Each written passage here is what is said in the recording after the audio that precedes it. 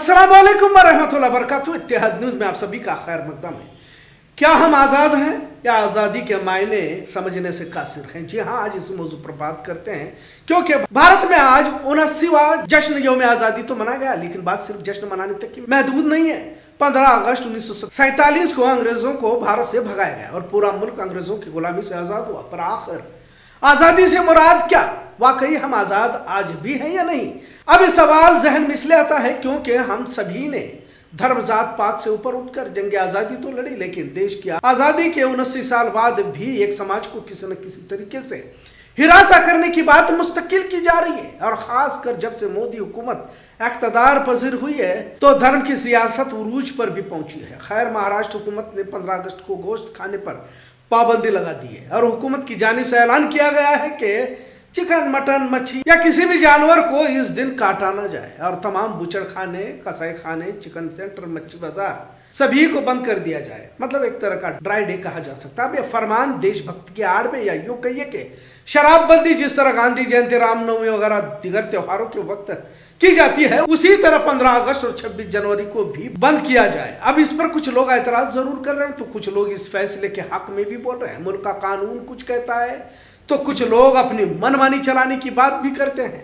सिर्फ एक समाज को हिरासा करने के लिए इस तरह का अनोखा कानून अब नाफिज करने की बात कही जा रही है, तो महाराष्ट्र में इसे लागू भी किया गया और 15 अगस्त को तमाम गोश्त की दुकानों को बंद किया गया। अब देश की यौम आज़ादी को गोश्त न खाने से किसी तरह का ताल्लुक तो है नहीं, और उससे भी पहले आज़ादी के मायनों को ही हम समझने से कासिर हैं, ये उतना ही सच है। आज़ादी का मतलब सिर्फ ये नहीं कि अंग्रेज 150 साल से हुकूमत कर रहे थे लिहाजा उन्हें भगाया गया और फिर भारत का संविधान और भारत के लोगों के हुकूक लिखे गए। मतलब भारत में रहने वाले हर शहरी के खाने पीने, रहने, तहजीब, तमद्दुन, उसकी मजहबी आज़ादी, सभी की ही आज़ादी दे दी गई।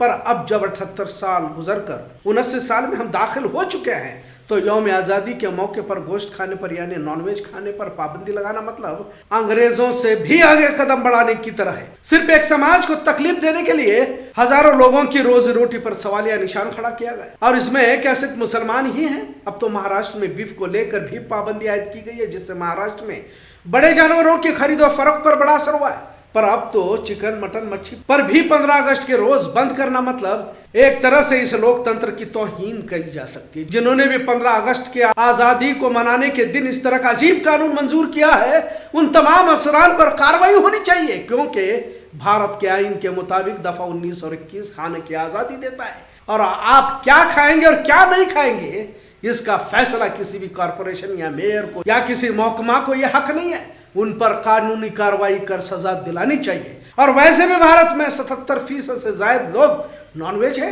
तो क्या महज 23% लोगों के लिए कानून बना दिए जाएंगे? कुत्तों को तो सड़कों से उठाकर महफूज जगह पर रखने का फैसला अदालत ने सुनाया, पर इंसान के भेष में सड़कों पर जानवर घूम रहे हैं और महज 1 किलो और आधा किलो बीफ खाने वालों की मॉब लिंचिंग की जाती है। इन्हें क्यों आजाद छोड़ दिया जाता है? अभी कल की बात है कि 21 साल के सुलेमान को सिर्फ हिंदू लड़की से होटल में बात करते बैठने पर एक भीड़ आती है और बेरहमी से मारकर सुलेमान को घर के सामने फेंक दिया जाता है। जख्मी सुलेमान को देख जब घर के लोग आगे बढ़ते हैं तो इनके घर वालों पर भी इन्हीं हिंदुत्ववादी अफरादों की जानिब से हमला किया जाता है और माँ, बाप, बहन को भी शदीद जख्मी कर दिया जाता है। आखिर में सुलेमान की मौत हो जाती है। आजाद भारत की तस्वीर क्या पैगाम दे रही है कि क्या हमें किसी से बात करने की भी आजादी नहीं है? आखिर कौन सी आजादी हम मना रहे हैं? बेरोजगारी के आंकड़ों ने तारीखी ऊंचाई छू ली है। चोरी, डकैती, असमत रेजी के मामले रोजाना बढ़ रहे हैं और आजादी का जश्न भी मनाए। रिश्वतखोरी शायद ही किसी महकमा में न हो। अब तो वोट चोरी के जरिए हुकूमतें हासिल की जा रही है। सरकारी एजेंसियां सियासी लीडरों के हाथ के पालतू जानवर बने हुए हैं, खिलौने बने बैठे हुए। अदालती हुकूमतों के दबाव में फैसले सुना रहे हैं। मस्जिद के नीचे मंदिर को ढूंढा जा रहा है। नौजवान कांवड़ और दीगर जुलूसों में जाकर मस्जिदों पर भगवा परचम लहरा रहे हैं और फिर आजादी का जश्न भी हम मना रहे हैं। बस, ट्रेन में, यहाँ तक हवाई जहाज में दाढ़ी, टोपी और मजहबी पहचान की बुनियाद पर थप्पड़ लगाए जा रहे हैं।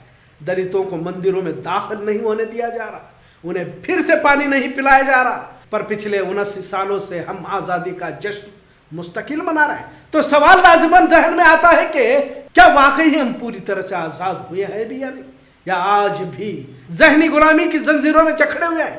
भाजपा की कंगना रनौत तो कहती है कि 2014 के बाद ही आज़ादी मिली है, मतलब आज़ादी 1947 में नहीं मिली और कुर्बानियां भी बेकार थी।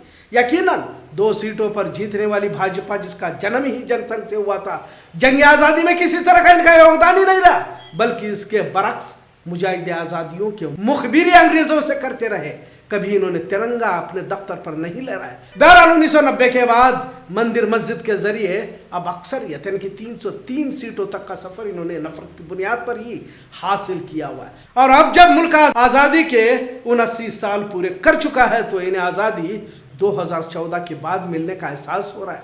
खैर जो भी हो, लेकिन अब मुल्क के संविधान और लोकतंत्र की मुखालिफत में फैसले लिए जा रहे हैं। अगर सत्ता से सवाल किया जाए तो देश विरोधी, सत्ता की गुलामी मतलब राष्ट्रहित। बहरहाल आज़ाद भारत में आज भी ज़हनी गुलामी बनाने की साजिशें चली जा रही है और इसी की मिसाल यौम आज़ादी के मौके पर नॉनवेज पर पाबंदी है, जबकि भारत में गोश्तखोर की तादाद 80% के करीब बताई जाती है। लेकिन कुछ मुट्ठी भर लोग इस मुल्क के संविधान को बदलना चाहते हैं, इस लोकतंत्र को बदलना चाहते हैं, भीड़ तंत्र को लोकतंत्र पर गालिब लाना चाहते हैं, असल आज़ादी को ये छीनना चाहते हैं जिसके लिए हमारे बुजुर्गों ने कुर्बानियां पेश की थी। और जब इस तरह के हालात हमारे सामने आते हैं तो क्या यकीनन मुल्क आज़ाद हुआ है या फिर आज़ादी के मतलब ही को समझने से हम कासिर है का सवाल जहन में आता है। इतना ज़रूर।